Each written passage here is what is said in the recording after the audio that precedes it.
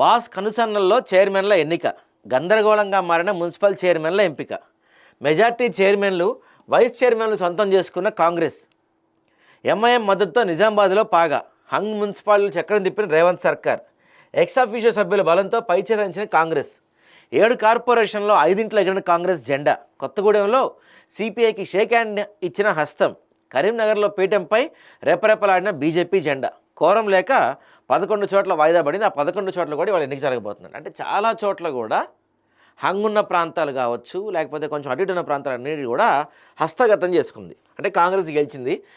అక్కడ చైర్మన్ ఎన్నిక కూడా మొత్తం రేవంత్ రెడ్డి గారి ఆధ్వర్యంలో జరిగిందట. హంగేర్పడిన చోట్ల పైచే సాధించింది. సీఎం రేవంత్ ఆదేశాలతో కాంగ్రెస్ వ్యూహాత్మకంగా అడుగులేసింది. నిజామాబాద్ కార్పొరేషన్ కైవసం చేసుకుంది. మొత్తం 7 మున్సిపల్ కార్పొరేషన్లకు సోమవారం మేయర్, డిప్యూటీ మేయర్ ఎన్నిక జరిగింది. మెజార్టీ చైర్మన్లు, వైస్ చైర్మన్లు హస్తగతం అయ్యాయి. ఎంఐఎం మద్దతుతో నిజామాబాద్లో పాగా వేసింది. హంగ్ మున్సిపాలిటీలో చక్రం తిప్పిన హస్తం ఫలితాన్ని సాధించింది. 7 కార్పొరేషన్ 5 దక్కించుకున్న కాంగ్రెస్ కొత్తగూడెంలో సిపిఐకి మద్దతు ప్రకటించింది. కరీంనగర్ పీఠంపై జెండా పత్తిన బీజేపీ నిజామాబాద్లో కంగుతుంది. కరీంనగర్, నిజామాబాద్, రామగుండం, మహబూబ్నగర్, నల్గొండ, మంచిర్యాల, కొత్తగూడెం కార్పొరేషన్ల మేయర్లు, డిప్యూటీ మేయర్లు ఎన్నుకున్నారు. సో ఇక్కడ ఎవరెవరు ఎన్నికయ్యారో ఒకసారి చూస్తే కరీంనగర్ మేయర్ పీఠాన్ని బీజేపీ కైవసం చేసుకుంది. అక్కడ మేయర్ పేరు కొలగాని శ్రీనివాస్, బీజేపీ. ఇక deputy mayor why Sunil Rao, BJP ఎన్నికయ్యారనమాట.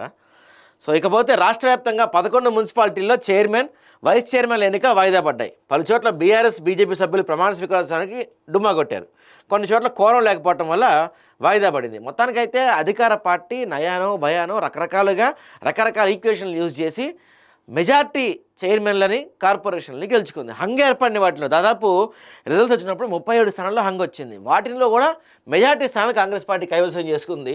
Sangareddy జిల్లా జహీరాబాద్, ఇంద్రేశం, భద్రాద్రి కొత్తగూడెం జిల్లా ఇల్లందు, జనగామ, పెద్దపల్లి జిల్లా సుల్తానాబాద్, నిర్మల్ జిల్లా ఖానాపూర్, మంచిర్యాల జిల్లా కేతనపల్లి, ఇబ్రహీంపట్నం, ఆసిఫాబాద్ జిల్లా కాగజ్ నగర్, మహబూబ్ జిల్లా తొర్రూరు బల్దియాలో చైర్మన్లు, వైస్ చైర్మన్ల పేరు ఇంకా ఖరారు కాలేదు. Khanapur municipal chairman, vice chairman ఎన్నిక కోరం లేకపోవడంతో వాయిదా పడింది. 12 మంది కౌన్సిలర్లకు గాను కాంగ్రెస్ పార్టీకి చెందిన 3, ఒక ఇండిపెండెంట్ కౌన్సిలర్ మాత్రమే సమావేశానికి హాజరై ప్రమాణ స్వీకారం చేశారు. మిగతా 9 బీజేపీ సభ్యులు, 4 బీఆర్ఎస్ కౌన్సిలర్లు గైరు హాజరయ్యారు. దీంతో కోరం లేక ఎన్నికలు వాయిదా వేశారు. బీజేపీ, బీఆర్ఎస్ మధ్య జరిగిన మంతనాలు సరిదిద్దుకోవాలని తెలుస్తుంది. మంచిర్యాల జిల్లా కేతనపల్లి మున్సిపల్ ఆఫీస్ వద్ద తీవ్ర ఉద్రిక్తత నెలకొంది. కార్యాలయంలోకి దూసుకెళ్లేందుకు కూడా ప్రయత్నం చేశారు. సో మొత్తం మీద వీటన్నిటి చోట్ల కూడా ఎక్కడైతే హంగు ఉన్నా, లేకపోతే ఎక్కడైనా ఎవరిని ఎన్నుకోవాలి, వీటన్నిటి చోట కూడా ముఖ్యమంత్రి ఎవరినైతే చెప్పారో అయ్యే జరిగినాయి.